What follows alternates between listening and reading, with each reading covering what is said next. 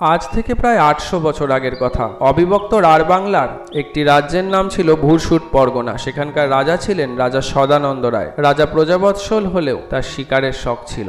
একদিন তিনি দামোদর ও রণ নদীর এক মধ্যবর্তী জঙ্গলাকীর্ণ এলাকায় শিকারে যান ও হরিণ শিকার করেন, এবং শিকার করে ফেরার সময় তিনি দেখেন দামোদর নদীর জলে রক্ত মিশে আছে, সেই প্রাণীর রক্ত যাকে তিনি হত্যা করেছেন। তখন তার পশু হত্যার পাপবোধ জেগে ওঠে। তিনি মানসিকভাবে ভেঙে পড়ে সেইখান থেকে সরাসরি তার গুরুদেবের কাছে গিয়ে সমস্ত ঘটনা বলেন, এবং তিনি বলেন তিনি রাজকার্য ছেড়ে সাধনার পথ বেছে নেবেন। গুরু তাকে শক্তিমন্ত্রে দীক্ষিত করেন ও নিয়ে আসেন যেখানে তিনি স্বীকার করেছিলেন সেই জায়গায়। সেখানে তাকে দীক্ষা দিয়ে সাধনা করতে বলেন।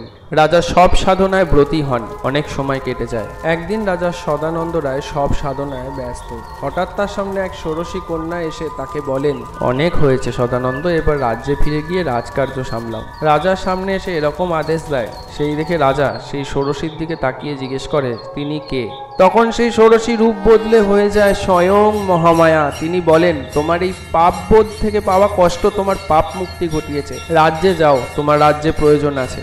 এবং তিনি এও আদেশ করেন যে তিনি যেন তার একটি মন্দির প্রতিষ্ঠা করেন এবং নাম দেন রাজবল্লভী। সেই রাজবল্লভী দেবীর নাম থেকেই হুগলির এই জায়গার নাম হয়েছে রাজবলহাট। এই দেবী রাজবল্লভী কিন্তু শ্বেতকালী নামেও বিখ্যাত। জয় মা রাজবল্লভী দেবী।